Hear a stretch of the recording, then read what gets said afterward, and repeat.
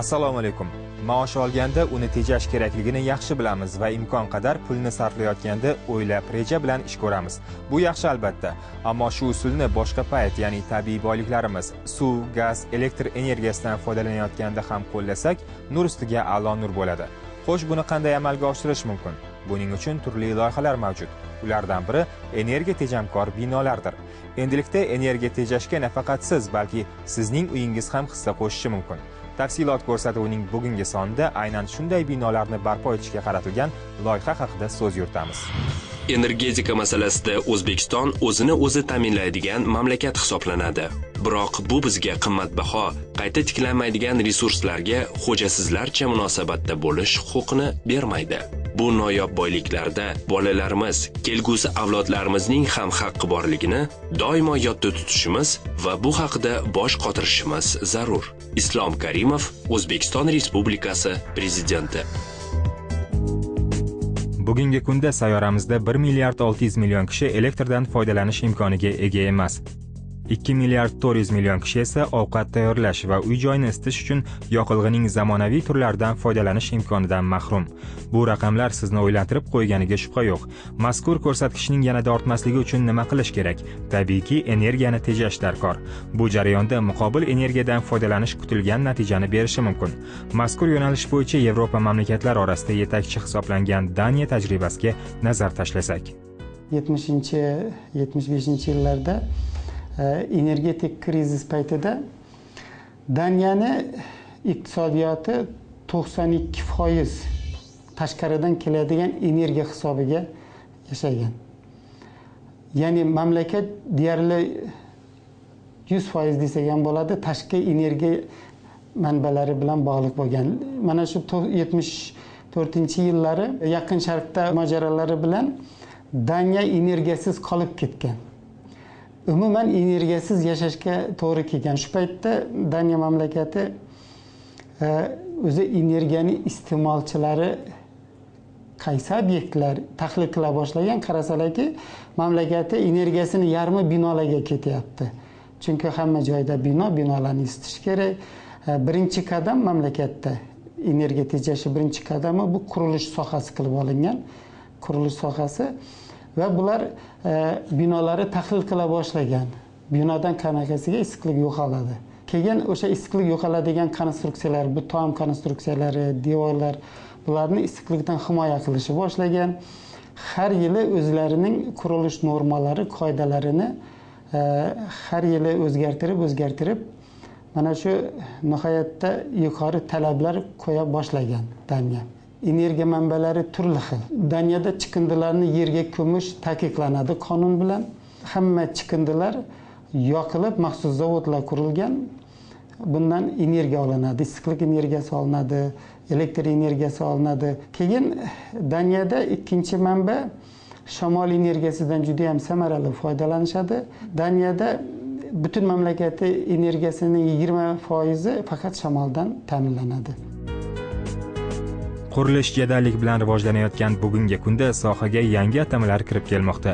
Energiya tejamkor uylar. Bugun dunyo miqyosida bu kabi uylarni qurishga katta ahamiyat berilmoqda. Germaniya, Fransiya, Amerika Qo'shma Shtatlari va shu kabi rivojlangan davlatlarda amalga oshirilayotgan loyihalar endilikda bizning yurtda ham hayotga tatbiq etilmoqda. Shu o'rinda energiya tejamkor uylar haqida tasavvurga ega bo'lsak. Siz energiya tejamkor uylar nimaligini bilasizmi? Bu qulay harorat, energiya tejash tamoyillarini o'zida aks ettirgan bino.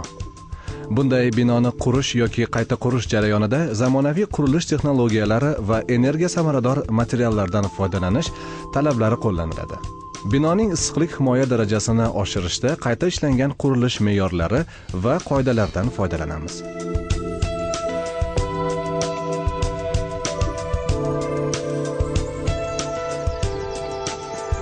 Ushbu xona polining issiqlik himoyasini ta'minlash uchun gidroizolyatsiya qatlami ustiga maxsus tolali issiqlik himoya qatlami yotqizilgan. Issiqlik himoya materiali ustidan gidroizolyatsiya qatlami qo'yilgandan so'ng pol taxtasi qoqiladi va shu bilan pol o'rnatish ishlari nihoyasiga yetadi. Energiya tejamkor romlar o'rnatiladi.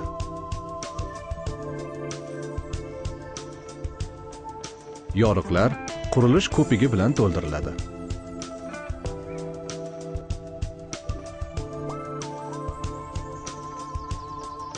Radiatorning issiqlik berish samaradorligini oshirish uchun issiqlik qaytaruvchi ekran o'rnatiladi.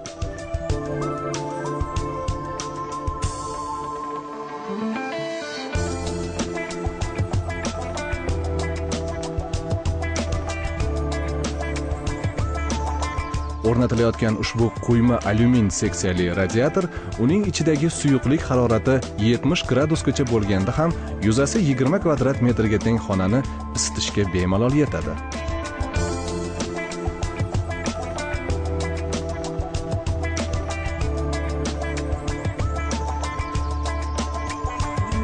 Binoni issiqlik va issiq suv bilan ta'minlash uchun energiya tejamkor isitish generatori o'rnatiladi.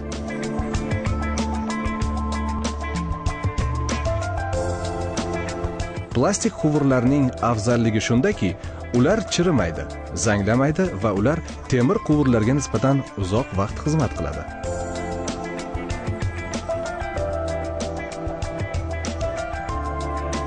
Biz binoning shamollatadigan fasadini ko'ryapmiz.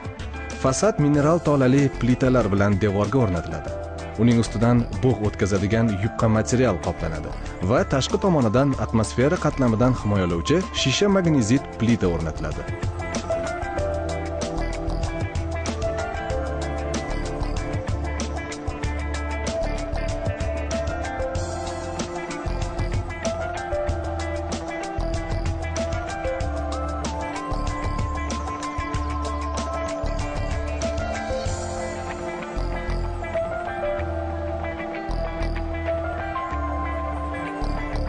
Binoning asosiy eshik kirishi oldidan tanbur qo'yilishi bino ichki muhiti barqarorligini saqlashda muhim ahamiyat kasb etadi.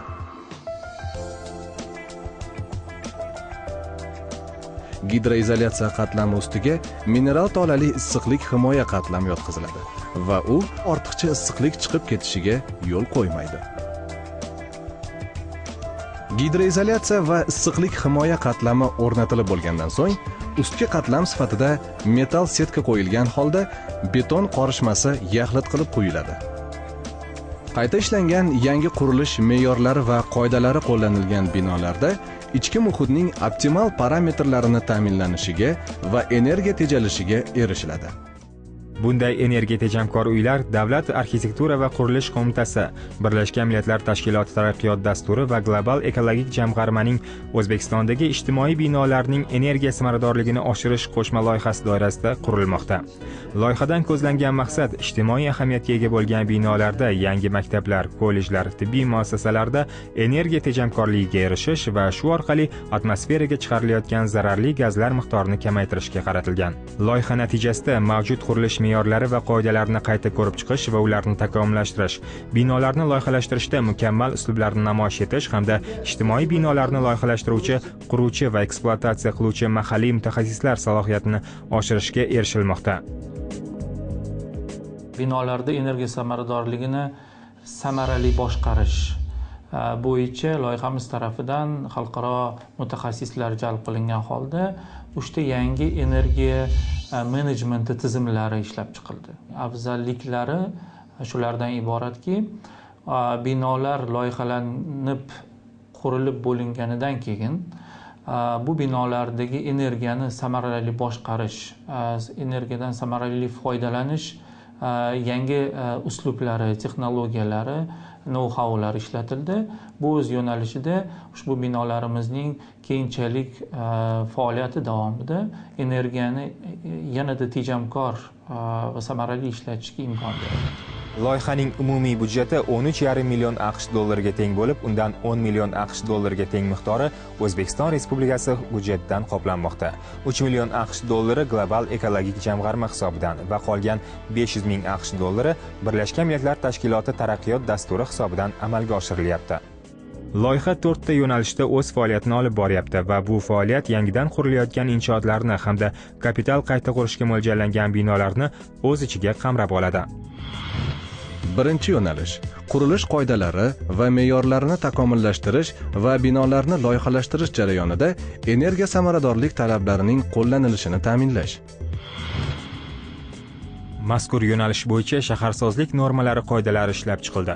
Savol tug'iladi. Ushbu yangi normalar asosida binoning konstruktiv jihatdan nimasi o'zgaradi? An'anaviy binolarimizda bilamizki, binolarning tashqi devorlari kamida ikkita vazifani bajaradi. Birinchidan, binoni og'irligini ko'tarib turadi. Ikkinchidan, binoni tashqi muhit, qishki sovuq, yozgi issiqning kontinental ta'sirlaridan himoyalaydi ham. Ya'ni funksiyalar bitta konstruksiyada birlashtirilgan. Lekin yuk ko'taradigan og'ir devorlar bilan energiya saqlash imkoniyati bo'lmas ekan, issiqlik o'tkazmaydigan materiallar, alohida materiallar, bular mustahkamligi juda kam bo'ladi, lekin issiqlik o'tkazmaslik xususiyati juda yuqori bo'ladi. Shuning uchun yangi normalarda ko'p qatlamli tashqi devorlar tavsiya qilinadi. Ya'ni biz kichkinagina bir 5 sm issiqlik himoya qatlamini qo'llaganimizda qo'shimcha 1 metr devor qo'yganday samara olamiz. Demak, bundan keyin tashqi binolarimiz ko'p qatlamli bo'lishi kerak ekan. Energiya jihatdan samarador yangi qurilish me'yorlari va qoidalari yuzasi 2 million kvadrat metrdan ziyod ijtimoiy binolarda qo'llaniladi. Yangilangan mazkur qurilish me'yorlari va qoidalari hozirgi kunda mavjud energiya sarfi darajasini kamida 25% ga kamaytiradi. Ikkinchi yo'nalish barcha maxsus ijtimoiy binolarda energiya sarfini samarali boshqarish tizimini yaratish. Binolarda energiya samaradorlikni oshirish bo'yicha foydalaniladigan texnik yechimlarni namoyish qilish uchun Toshkent va Navoiy viloyatlarida joylashgan ikkita qishloq vrachlik punktlari, Qoraqalpog'iston Respublikasi, Qashqadaryo, Navoiy va Farg'ona viloyatlarida joylashgan 4 ta maktab kapital qayta ta'mirlash ishlarini amalga oshirish uchun tanlab olindi. Mazkur ijtimoiy binolarda yangicha turdagi issiqlik quvvati, elektr va issiq suv yetkazib beruvchi moslamalar va tizimlar o'rnatildi.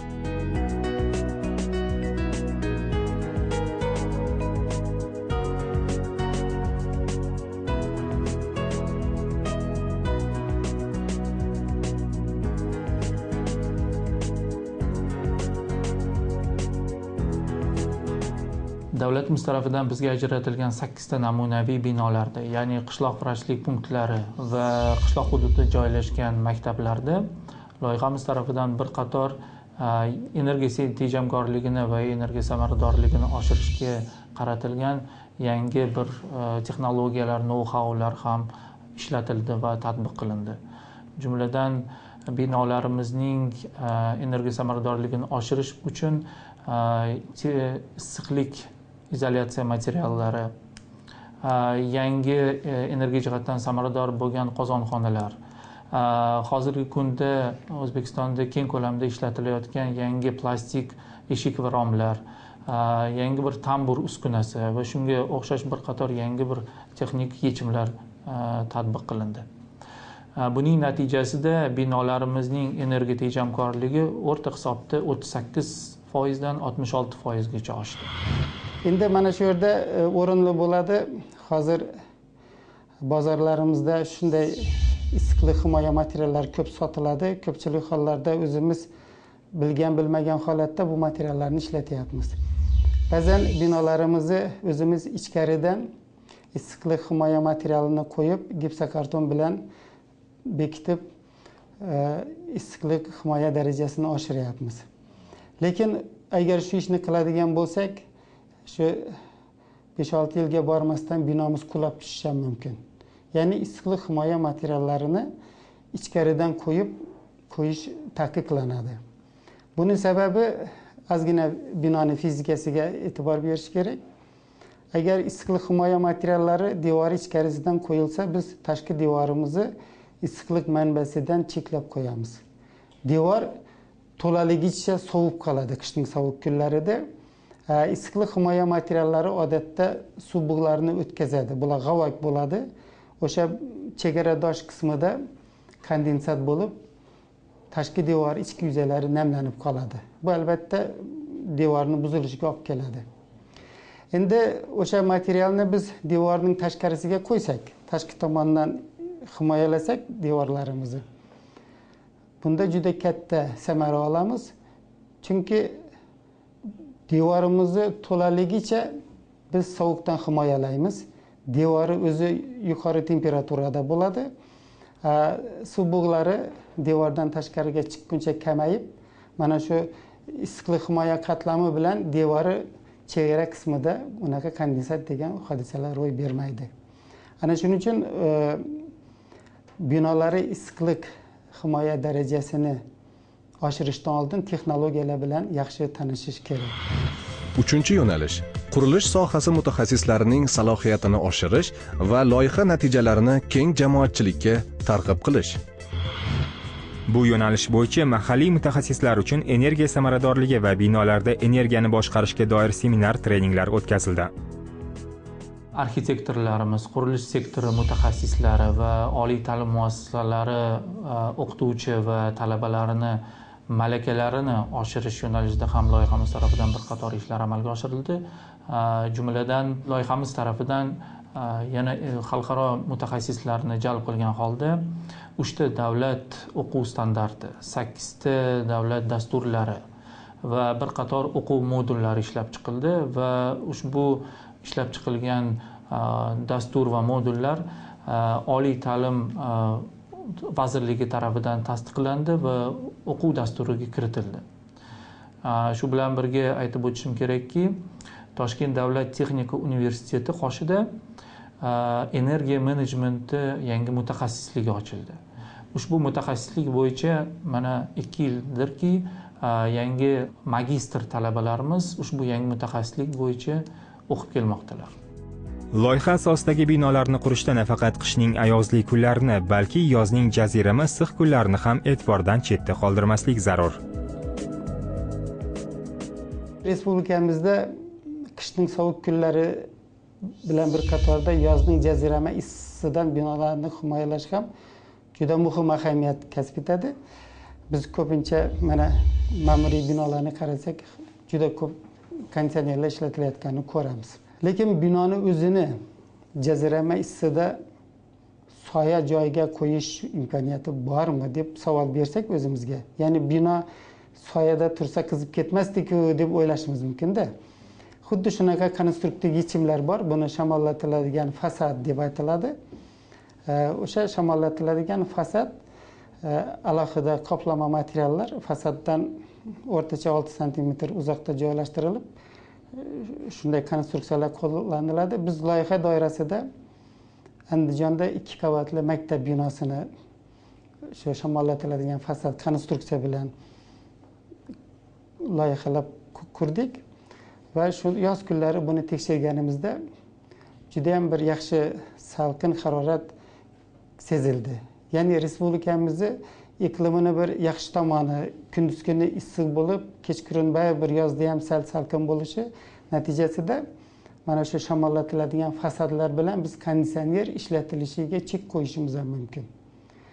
Bu ham shu yangi normalarni amaliyotga tatbiqini samaralaridan biri. 4-yo'nalish binolarni loyihalashda uyg'unlashgan loyihalash yondashuvini va energiya samaradorlik uslublarini namoyish qilish. Kapital ta'mirlangan binolardan tashqari loyiha tomonidan yangi 2 ta maktab binosi uyg'unlashgan loyihalash yondashuvini qo'llash yordamida qurib bitkazildi.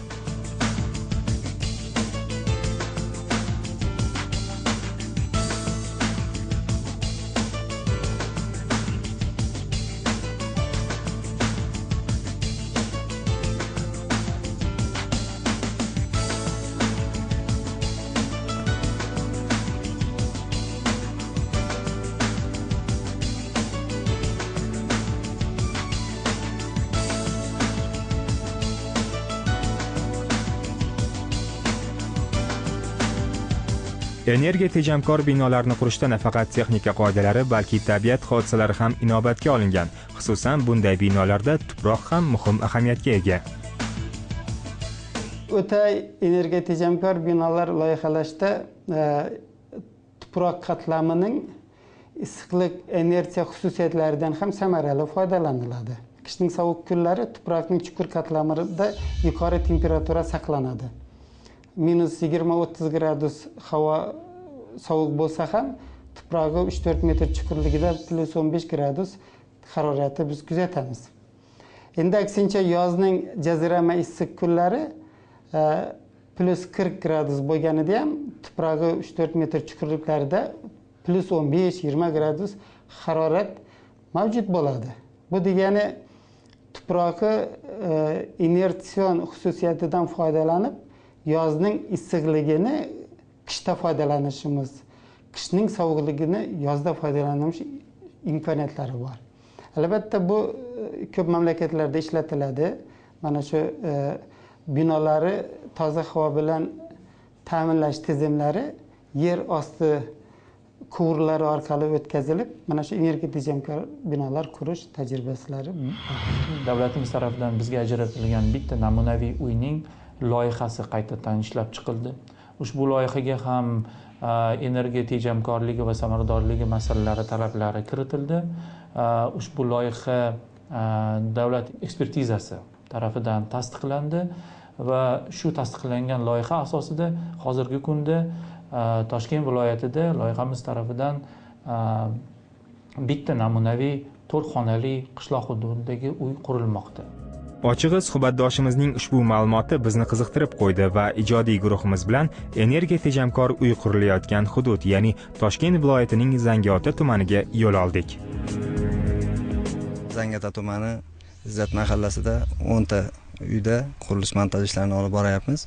Shu 10 ta uyimizdan bittasi Birlashgan Millatlar Tashkiloti mutaxassislari bilan hamkorlikda elektr energiyasini, issiqlik energiyasini tejash maqsadida yangi eksperiment olib borilyapti. Bu loyiha Birlashgan Millatlar Tashkilotining mutaxassislari nazoratida qilinib amalga oshirilyapti. Bu loyiha O'zbekistonda birinchi marta amalga oshirilyapti. Bu loyiha o'zining samarasini beradi deb o'ylaymiz. Bu uylar qolgan uylardan farqi endi shu elektr energiyasi, isitish energiyasini tejashda katta farq qiladi. В данном доме Ushbu yakka tartibdagi xonadon qo'shma loyiha asosida bunyod etilmoqda. Bu turar joyda elektr energiyasi va issiqlik quvvatini tejovchi qurilmalar o'rnatiladi. E'tibor bersangiz, devordagi romlar yonida maxsus teshiklar qoldirilgan. Bu yerda rekuperator deb nomlanuvchi maxsus qurilma o'rnatiladi. Три отверстия в стенах, в которые будут установлены 3 рекуператора на каждую комнату по своему рекуператору. Toshkent viloyatida qurilayotgan eksperimental binoda ishlatish uchun rekuperator 4 tasi olindi. Bu rekuperator Germaniyada ishlab chiqilgan. Buni asosiy vazifasi biz bilamizki, qishning sovuq kunlari derazani ochib, sovuq havo kirganida juda ko'p issiqlik yo'qoladi. Sovuq kirgan sovuq havoni qizdirishga to'g'ri keladi. Chiqib ketayotgan issiq havo issiqlik olib ketadi, kirgan toza havo sovuqlik olib kiradi. Endi Yevropa mamlakatlarida mana shunaqa qurilma ko'p ishlatiladi. Buni asosiy vazifasi binolari shamollatgan paytda, toza havo bilan ta'minlangan paytda chiqib ketayotgan havoning issiqligidan foydalanib toza havoni qizdirish. Bu qurilma ichida yonma-yon kapillyarcha trubalari bor. Kapillyarcha trubalar borda chiqib ketayotgan havo bilan kirayotgan havo yonma-yon harakatlanadi. Yonma-yon harakatlanishi natijasida chiqib ketayotgan havo o'zining issiqligini tashqaridan kelayotgan sovuq havoga uzatadi. Buni foydalanish koeffitsiyenti 70%. Ya'ni shu qurilmani qo'llaydigan bo'lsak, binoni toza havo bilan ta'minlash jarayonida yo'qoladigan 70% energiyani biz saqlab qolgan bo'lamiz. Ko'rinib turibdiki, energiya tejamkor uylarni qurish O'zbekiston uchun bir qator ijtimoiy, iqtisodiy afzalliklarga ega. Bunda tabiiy resurslar, gaz tejiladi, aholi uchun qulay sharoit yaratiladi. Energiya samarador qurilish materiallari ishlab chiqarish va xizmatlar sohasi rivojlantiriladi. Bu o'z navbatida yangi ish o'rinlarini yaratadi va nihoyat bino hamda inshootlarni modernizatsiyalaydi. O'zbekistonda bir yilda iste'mol qilinadigan barcha energiyaning yarmi binolarga to'g'ri keladi. Demak, yurtimizda energiya tejamkor inshootlarni barpo etish har tomonlama samaralidir. To'g'ri, O'zbekistondagi ijtimoiy binolarning energiya samaradorligini oshirish loyihasi kutilgan natijani berish uchun ma'lum vaqt talab etiladi. Muhimi, bu borada dastlabki qadamlar tashlanib, jarayon jadallik bilan davom etmoqda. Ta'kidlash lozim, energiyani tejash jarayonida aholi faol ishtirok etmasa, loyihalar u qadar samarali bo'lmaydi. Shunday ekan, hech bo'lmaganda kundalik hayotda elektr energiyasini sarflashda tejamli bo'laylik. Salomat bo'ling.